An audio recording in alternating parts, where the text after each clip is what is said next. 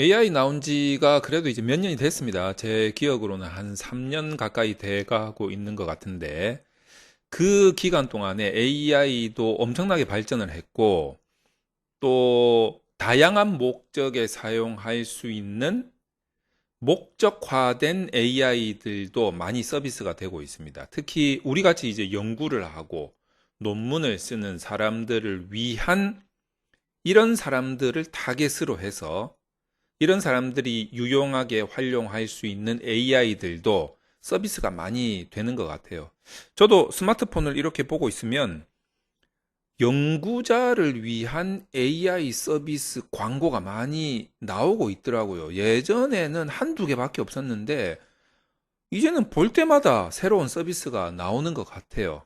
그래서 이제 논문을 쓰는 우리 같은 연구자들에게도 AI는 필수다라는 생각을 하고 있습니다.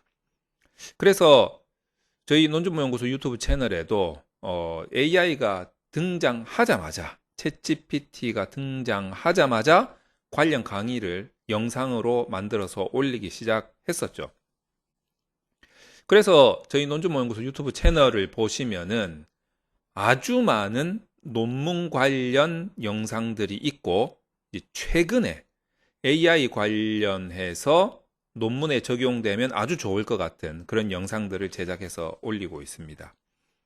그리고 이제 정말 최근에는 이렇게 여러분 보시면은 재생 목록으로 들어가시면은 여기에 AI를 활용한 논문 작성이라고 지금 현재는 동영상 8개가 올라가져 있는데 이게 이제 공개용으로 올라가져 있습니다. 지금 현재 멤버십용으로도 제작을 하고 있기 때문에 이게 멤버십용 영상과 공개용 영상이 병행해서 이쪽 재생 목록에 이제 올라갈 예정이긴 합니다만 그 전에도 보시면 이렇게 재생 목록 중간중간에 보면은 AI로 통계 분석하기라든가 또는 AI 100% 부려먹기라든가 이런 AI와 관련된 영상들을 지속적으로 올려왔단 말이죠.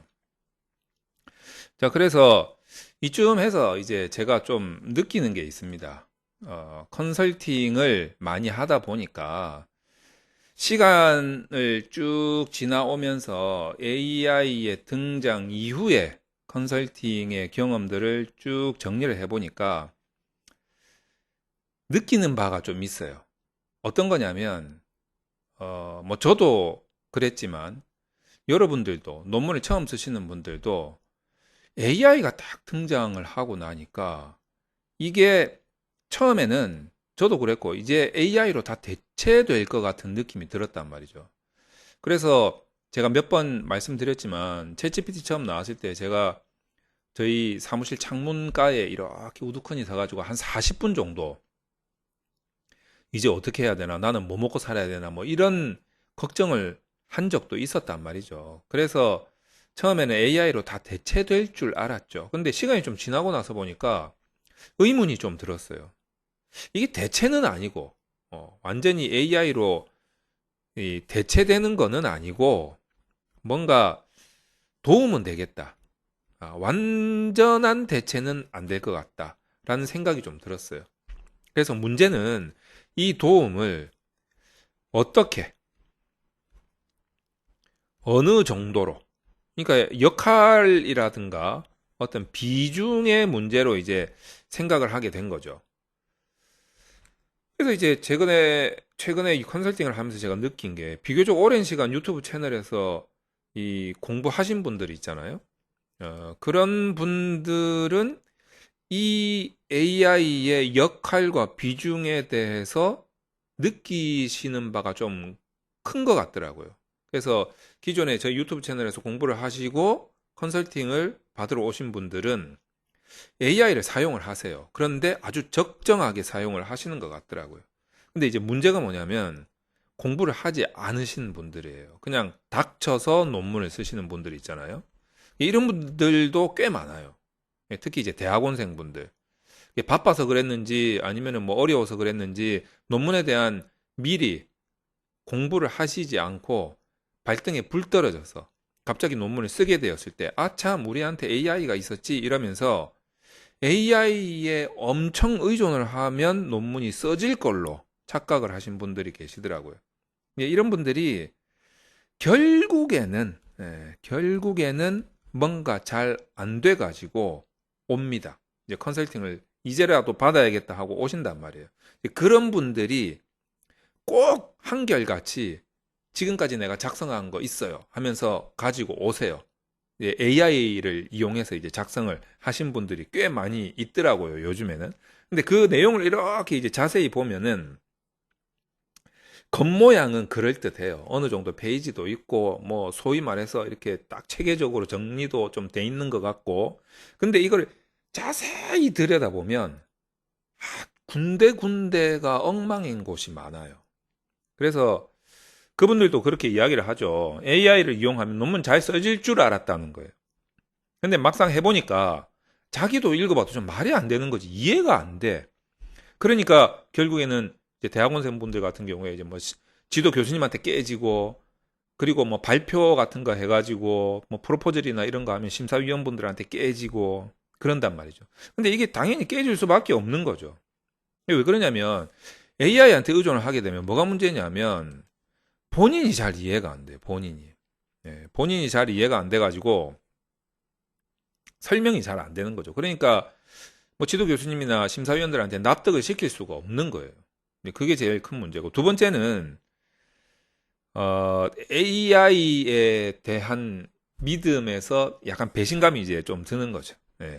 잘 할 줄 알았지. 근데 막상 보면 앞뒤 내용이 잘 안 맞아요. 이게 인간이 중간에 개입을 해서 계속 교정을 하고 편집을 하고 했었어야 되는데, 그거를 적절하게 못하면은 앞뒤 내용이 잘 안 맞아요. 이제 앞뒤 내용이 잘 안 맞고 엉뚱한 말이 좀 들어가기도 하고, 그리고 이제 출처 관리도 잘 안 되고, 이것도 정말 잘해야 되는 것들이거든요. 인간이 개입을 해야 돼요. 인간 주도로 가야 되는 거죠. 그래서 이제 결론적으로는 연구자인 인간이 자신이 먼저 공부를 해야 되고, AI는 어떻게 사용해야 된다? 보조적으로 사용해야 된다라는 것을 우리가 좀 명심할 필요가 있어요. 그래서 이제 AI를 보조적으로 사용할 때 이제 제가 경험을 해보니까 뭐 처음에 뭐 주제 잡을 때 뭐 어떤 아이디어가 안 떠오를 수는 있잖아요. 이제 그럴 때 좀 사용하는 거는 뭐 괜찮은 것 같아요. 그리고 이제 자료 같은 거 조사할 때 어떤 선행연구 조사뿐만 아니라 뭐 관련된 이론 같은 것들 기억이 안 나거나 뭐 잘 모를 때가 있거든요. 뭐 이런 것들에 대한 조사.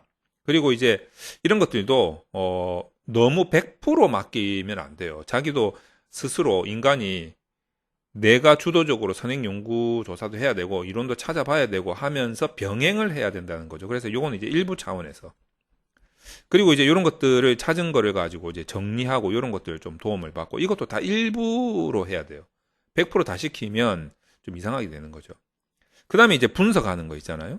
분석하는 거 요것도 좀 일부 차원에서 해야 돼요. 그래서 분석 같은 경우에는 내가 이미 분석 기법을 알고 있어야 돼요.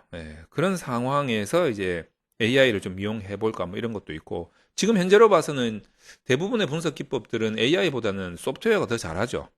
그 전문 소프트웨어가 훨씬 더 잘한다는 거. 그리고 이제 뭐 해석하는 거 이런 것들도 좀 일부 차원에서 좀 이용하는 게 좋고, 그 다음에 이제 편집하는 거, 뭐 문장이라든지 뭐 이런 것들, 표, 그래프 이런 거 편집하는 거, 이런 것들도 AI의 도움을 좀 받을 수는 있습니다. 그러나 모든 내용을 AI로 다 한다? 그건 안 된다는 거죠.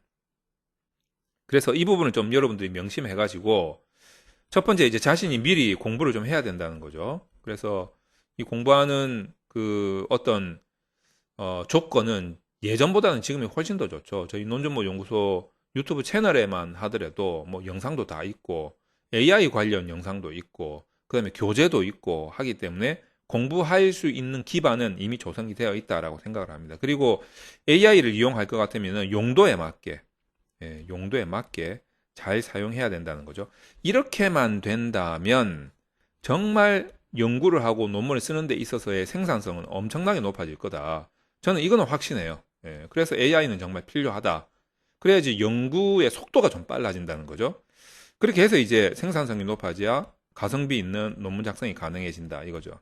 그래서 제가 끝으로 마지막으로 여러분들께 한 말씀 꼭 전해드리고자 한다면, 절대 AI로 시작해서 AI로 끝날 생각은 하지 마라. 예, 항상 인간이 먼저 시작하고 중간중간에 필요한 경우 AI를 보조적으로 사용해서 인간이 끝내야 된다 이거죠. 연구자 자신이 끝내야 된다는 거죠. 그래서 이런 보조적인 수단으로 활용할 때 가성비는 정말 좋아진다. 이거는 확실하게 말씀드릴 수가 있을 것 같습니다. 자, 그래서 여러분들 이런 부분을 좀 유의하셔가지고 저희 아까 보여드렸던 AI를 활용한 논문 작성, 그것도 그런 영상도 그런 차원에서 시청을 해주시면 좋겠습니다.